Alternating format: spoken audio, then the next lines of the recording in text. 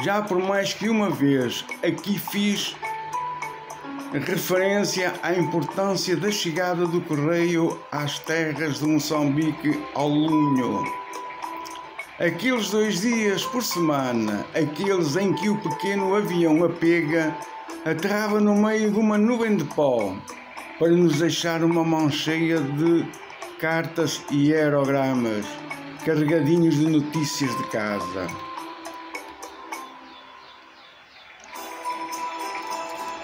Traziam mais alento ao pessoal do que uma boa refeição de bife com batatas fritas. Era uma espécie de religião, um desejo incontido, um vício irresistível, autêntica dependência saudável, fazendo com que os outros dias fossem meras etapas de um caminho que desaguava a cada terça-feira e se repetia à sexta, seguindo-se um longo interregno com o fim de semana pelo meio, já que ali sábados e domingos não eram diferentes de qualquer outro dia da semana. Desde que não fosse dia de correio, eram todos iguais.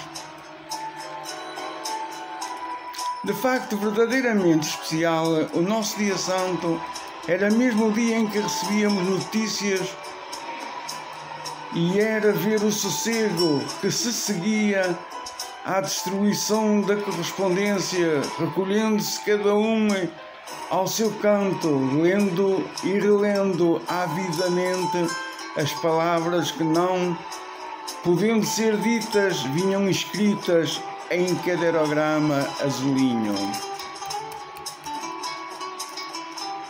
Era a carta dos pais, dos irmãos, dos tios e primos, todos escreviam. A da namorada era sempre a primeira a ser lida. Cada um procurava o cantinho onde fora deixado o beijo desvanecido pela distância, já sem gosto, mas mentalmente recitado por uma réstia de perfume. Era bem visível nos semblantes a tristeza daqueles, por uma razão ou por outra, não recebiam nada. Por vezes o pai e a mãe, porque analfabetos, tinham de recorrer a um vizinho ou conhecido, e isso condicionava a frequência da escrita.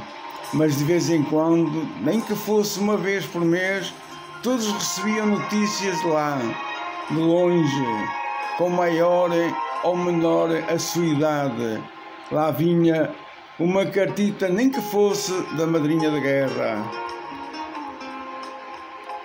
Sim, o correio era fundamental, tão importante como as coisas verdadeiramente importantes.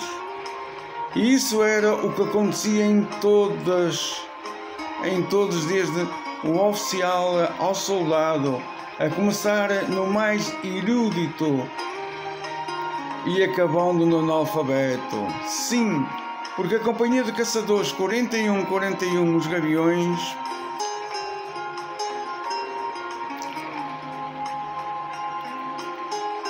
havia uns quantos analfabetos e, recorrendo ou não ao companheiro do lado, todos se dedicavam à leitura, devorando sufragamente cartas que narravam acontecimentos e transmitiam sentimentos, simples decorrência para encher a folha de papel, pura descrição de assunto que só à distância conferia significado.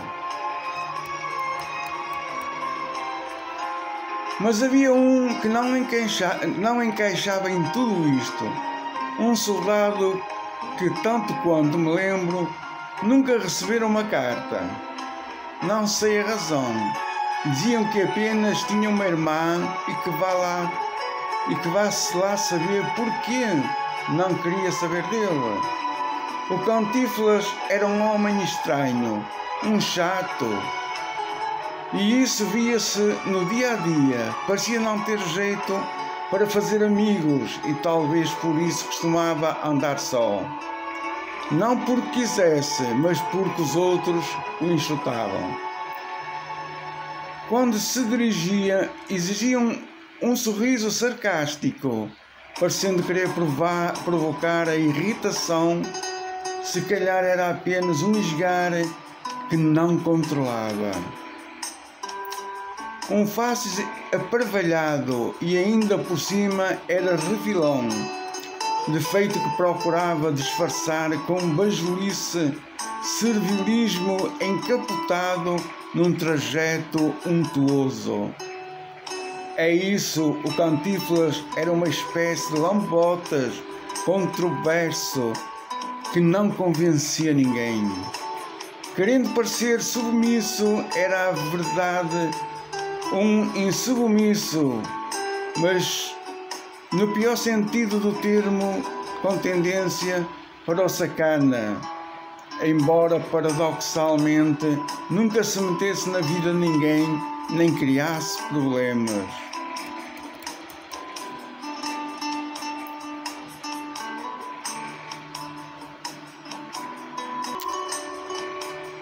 O seu aspecto físico também não ajudava. As calças puxadas bem para cima, seguradas pelo cinto, que parecia apertado demais, afundando a concavidade da barriga e salientando a ligeira aparência, recurgava, ajudavam a compor um todo pouco harmonioso. De aspecto frágil, faço esguia, bochechas chupadas e marcadas pelas cicatrizes do que teria sido uma acne profunda, de que ainda sobravam algumas intumescências putulentas enfeitadas pelos mal nomeados semeados de uma barba desalinhada e pouco cuidada, enfim, alguém que não atraía simpatias.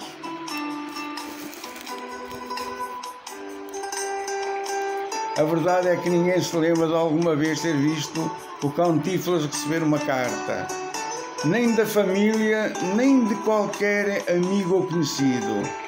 E, pelos vistos, nem se dera ao trabalho de arranjar uma madrinha de guerra que preenchesse aquele espaço em branco na sua vida. E isso podia explicar a sua pouca popularidade entre a malta. Não era apenas a falta de jeito para arranjar amigos. Parece que também não seria lá muito popular no seio da família, de quem, aliás, nunca falava. Talvez por isso se pensasse que não tinha pais, havendo alguma referência à irmã, mas que ninguém sabia se era mais nova, casada ou solteira. O Cantinflas falara dela uma ou duas vezes, mas sem adiantar grande coisa. Contudo, isso foi suficiente para suscitar a curiosidade. Olha lá, a tua irmã não sabe escrever? Perguntou um curioso. Ou és tu que não sabes ler? Até a outra, de forma provocatória a tudo isso, o Cantinflas respondia com evasivas como se o assunto o incomodasse.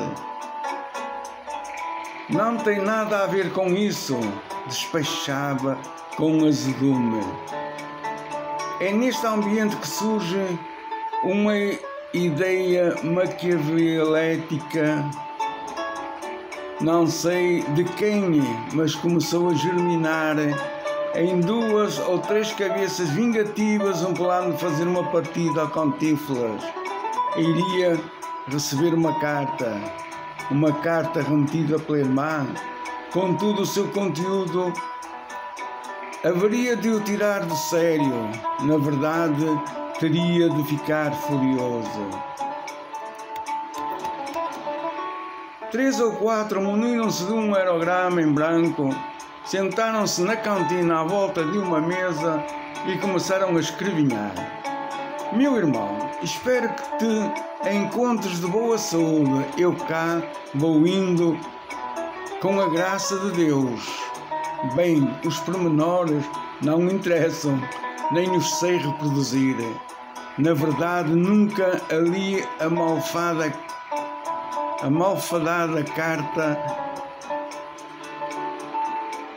mas sei que lá foi escrito: a irmã, para além de o culpar de uma série de maldades, só não o chamava de santo. Até palavrões meteram no meio de um conjunto de epitetos pouco abonatórios. Dobraram o aerograma, escreveram o endereço sem grandes pormenores, omitindo, por exemplo, um número da companhia que já pressupunha ser pouco provável que a irmã o soubesse no dia do correio. Com a convivência, meteram-no no meio da correspondência. Como era de esperar, o Cantífaro não era, nem nunca se juntou à tão pequena multidão que rodeava o Brites, em cima de um bidão que por força do hábito se tornou o local de distribuição do correio.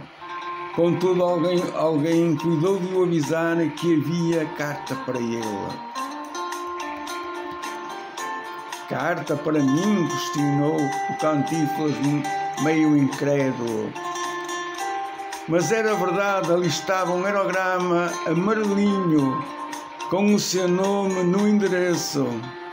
Virou o pequeno retângulo de um lado, virou do outro, procurou o remetente, mas estava em branco. De quem seria? Não estando habituado a receber correspondência, nem ligou à cor da missiva. Normalmente as cartas vindo do pulto eram azuis. Os amarelos tinham sentido contrário, a não ser que fossem escritos por outro militar num outro local de qualquer da guerra. Remirou de novo, coçou a cabeça e, sem pressa, maquinalmente desdobrou o aerograma. Os autores da brincadeira, mais uns quantos que se lhe juntaram, miravam de longe, agremiados a ver no que aquilo ia dar. O Cantíflas começou a ler, silenciosamente, mantendo um ar carregado, saturado de pontos de interrogação, como se questionasse: da minha irmã? Mesmo ao longe, notaram a alteração gradual dos seus faces, à medida que avançava na leitura. Foi ruborecendo o senho carregado dos lábios, crispando a denunciar a fúria crescente. O seu olhar parecia lançar chispas. Acabou de ler, amarfunhou furiosamente o papel e vociferou colérico: puta que de merda! Quem pensa ela que é? Respondendo Cantíflas. Seguiu-se uma torrente de asneiras, tantas quantas conseguiu sacar do seu repertório de caserna, atirando-as em catadupa para cima da desgraça, à medida que, gesticulando furiosamente, acelerava o passo em direção à caserna. Durante um bom bocado ninguém mais o ouviu. Comprometidos autores da patifaria riam-se à socapa. Creio que nenhum se atreveu a confessar a autoria do escrito, mesmo sabendo que, se fosse, ilibaria a desgraça das culpas que não tinha. Assim o Cantíflas continuou convencido de que a carta era mesmo da sua infeliz irmã. demonstrando acreditar que ela era capaz disso ou de coisa pior. Razões que haveria para que nunca lhe tivesse escrito, só não sei se alguma vez se dignou a responder à ofensa. Texto de Bernardino Peixoto, antigo combatente da Guerra do Ultramar, Moçambique.